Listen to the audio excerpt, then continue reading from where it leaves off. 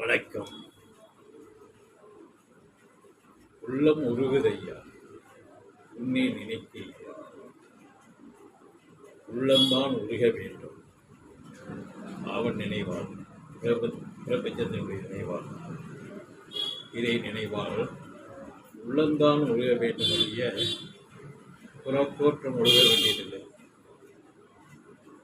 புறத்தோற்றம் கௌரவப்படுத்தும்.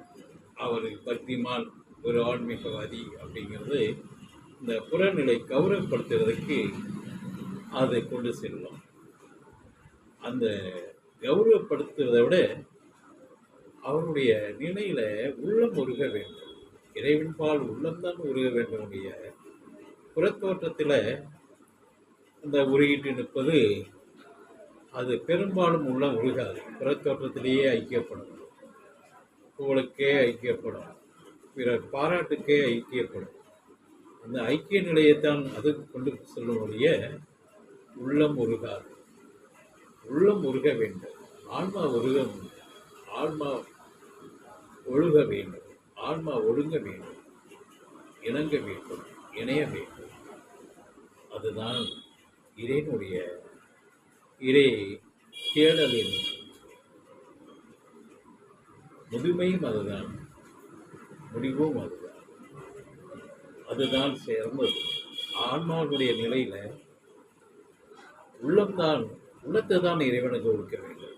புறத்தை கொடுத்து ஒடுகி அது புற தோற்றத்தில் தான் கொண்டு செல்கிறது, கௌரவப்படுத்திக் கொள்கிறது.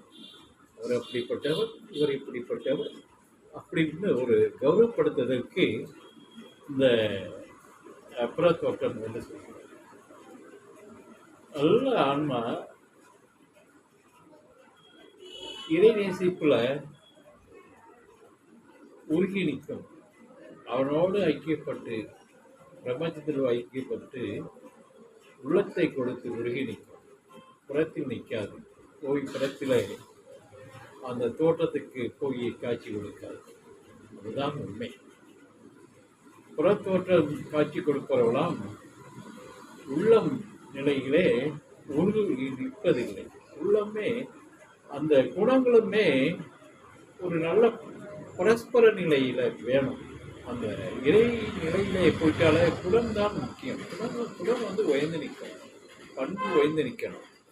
ஆனால் புற தோட்டத்திலே அந்த செயல்பாட்டில் இருக்கிறவங்க உள்ளத்தை கொடுக்காம ஒரு கௌரவ நிலையிலேயே கொண்டு போய் செல்லும். அதை கடக்க வேண்டும். ஆனால் உள்ளத்தை கொடுங்கள். இறைவனுக்கு